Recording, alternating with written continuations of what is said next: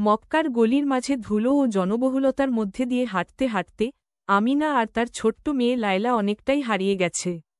তারা খুবই অসহায়, চৈত্র মাসের প্রচণ্ড রোদ তাদের গায়ে লেপ্টে আছে। আমিনার মনে আছে, কতদিন আগে তারা এক নিরাপদ বাড়িতে বাস করত। কিন্তু এখন সব অদৃশ্য বাসা, আশ্রয়, যা কিছু একসময় ছিল তার সবকিছু বিপর্যয়ের কারণে চলে গেছে। আমিনার শরীর ক্লান্ত, তার মাথায় রেশমি স্কার্ফ পরে আছে, সেটা কয়জনের বিশ্বাস হয়, কিন্তু এখন তা ছাড়া আর কিছু নেই। লায়লাও তার মায়ের নিঃশ্বাস অপরীক্ষায় দেখছে। মায়ের মুখভাব দেখে সে জানে, মা কিছু খেতে পাচ্ছে না। দুজনেই সারাদিনও কোন খাবারের মুখ আশা করছে।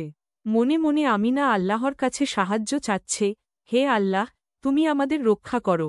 এমন অবস্থা যখন তখন কোনো দয়ালু মুখের প্রতীক্ষায় থাকা ছাড়া আর কিছু করার নেই। লায়লা মায়ের হাত ধরে শক্তি খোঁজার চেষ্টা করে। দুইজনেই জানে, এই পথের শেষে হয়তো কিছু আশা অপেক্ষা করছে।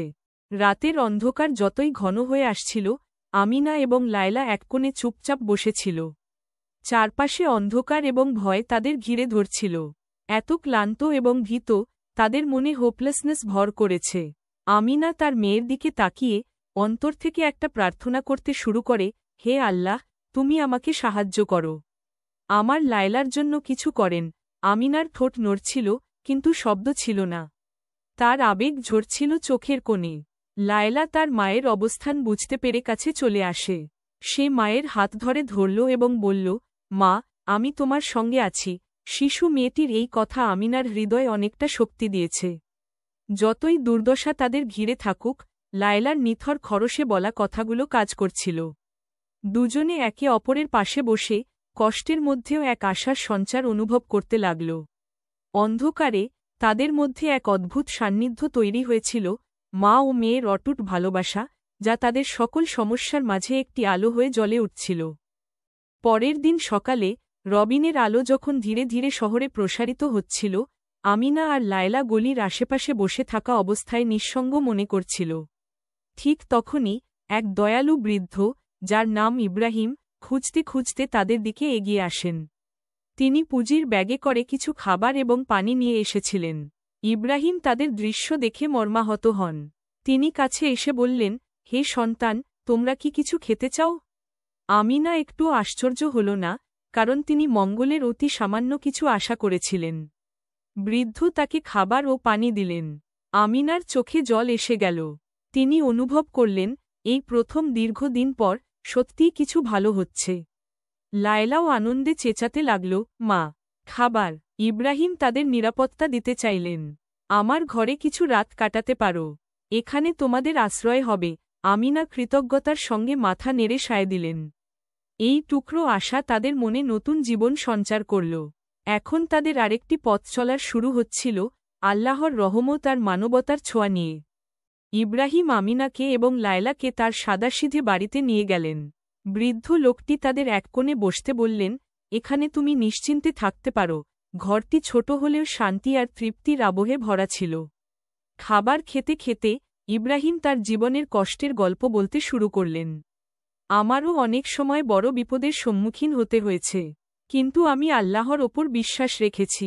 তিনি সবসময় আমাকে সাহায্য করেছেন। তার কাহিনী শুনে আমিনার মনে আশা জাগল। আমি হাঁটতে হাঁটতে বিভিন্ন সংগ্রামে পড়েছি, তিনি বললেন, তবে আমাকে সবে কাটিয়ে উঠতে শিখিয়ে দিয়েছেন। তুমি যদি দৃঢ় থাকো, তাহলে আল্লাহ তোমাকে একদিন নিশ্চয় সাহায্য করবেন। আমিনা নিজেকে সংবেদনশীল মনে করল। তিনি নিজেও তার সংগ্রামের কথা বলতে লাগলেন। আমাদের সবকিছু হারিয়ে গেছে। আমি কষ্টে আছি, কিন্তু এখন আমি চেষ্টা করছি লায়লার জন্য কিছু ভালো করতে। শ্রবণের মধ্য দিয়ে তাদের মধ্যে একটি বিশেষ সম্পর্ক গড়ে উঠল। আমিনা দেখল, ইব্রাহিমের আত্মবিশ্বাস এবং ফেথ তার মনোবল বাড়িয়ে দিয়েছে। মনে মনে তিনি নতুন সূচনার আশায় আল্লাহর প্রতি কৃতজ্ঞতা জানালেন। ইব্রাহিমের সহায়তায় আমিনা একদিনের বাজারে একটি ছোট কাজ পেয়ে গেল। কাজটি কঠিন ছিল, কিন্তু সে কৃতজ্ঞ ছিল কারণ এটি তার এবং লায়লার জন্য একটি নতুন শুরু। প্রতিদিন সকাল থেকে বিকেল পর্যন্ত আমিনা শাকসবজি সংগ্রহ এবং বিক্রি করত। প্রথম দিনেই তার শরীর ক্লান্ত হয়ে পড়েছিল, কিন্তু সে হাসি মুখে কাজ করছিল। লায়লা পাশেই খেলাধুলা করত, মায়ের পাশে থেকে তাকে সাহস দিত। মা, তুমি পারবে। লায়লার উচ্ছ্বাসে আমিনার মনোবল আরও বৃদ্ধি পেত। আমিনা প্রতিদিন আল্লাহর কাছে প্রার্থনা করত, হে আল্লাহ, তুমি আমাকে শক্তি দাও। আমার লায়লার জন্য ভালো কিছু করতে চাই। প্রতিটি প্রার্থনার পর আমিনা অনুভব করত এক অদ্ভুত শক্তি তার মধ্যে ঢুকে আসছে। কাজ শুরু করার পর তার মনে নতুন আশা জাগল। সে জানতে পারল, কঠোর পরিশ্রম এবং বিশ্বাসের মাধ্যমে জীবন বদলানো সম্ভব।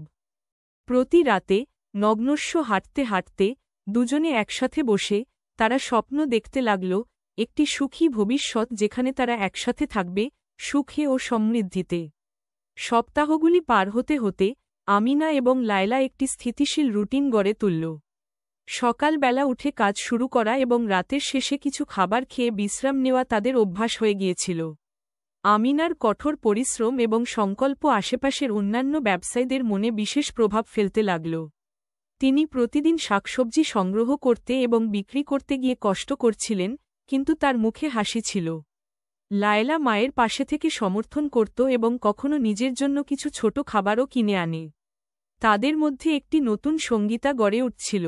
একদিন বাজারে একটি সংবাদ ছড়িয়ে পড়ল যে একটি সম্প্রদায়ের সংস্থা গৃহহীন পরিবারগুলোর জন্য বাসস্থানের সহায়তা দিচ্ছে। আমিনার হৃদয়ে নতুন আশা জাগল। তিনি দ্রুত ফর্ম পূরণ করলেন এবং আবেদন জানালেন। তার মনে আশাবাদের সঞ্চার হল, এখন হয়তো তাদের জীবনে কিছু পরিবর্তন আসবে। আমিনা অনুভব করছিল, কঠোর পরিশ্রমের ফলশ্রুতিতে স্বপ্ন পূরণের সময় নিকটবর্তী হচ্ছে। আল্লাহর প্রতি তার বিশ্বাস আরও দৃঢ় হল এবং তিনি জানতেন তাদের নতুন ভবিষ্যৎ অপেক্ষা করছে। নতুন আশা নিয়ে আমিনা গৃহহীন পরিবারগুলোর জন্য আবাসনের প্রোগ্রামে আবেদন করল। প্রতিদিন সে আল্লাহকে প্রার্থনা করছিল, হে আল্লাহ, তুমি আমাদের সাহায্য করো। আমাদের জন্য একটু নিরাপদ স্থান দাও।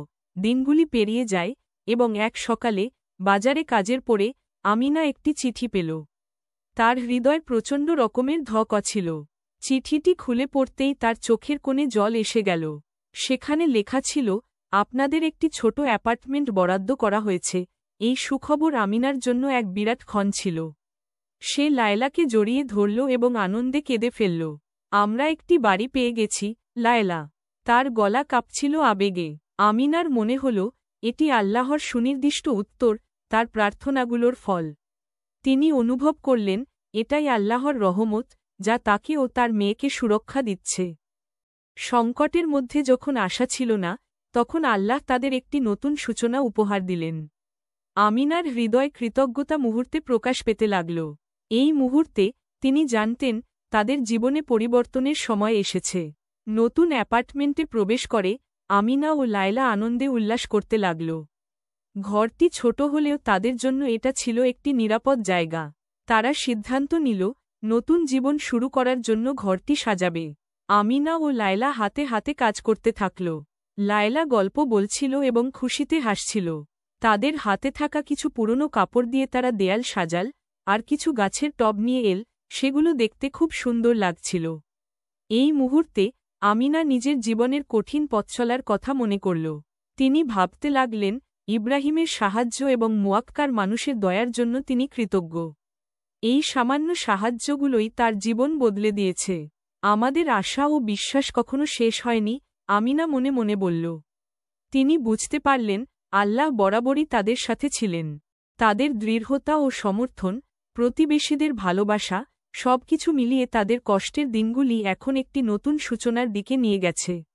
আজকের দিনটি শুধু নতুন আবাসনের নয়, বরং নতুন জীবনেরও, a journey filled with faith, hope and love.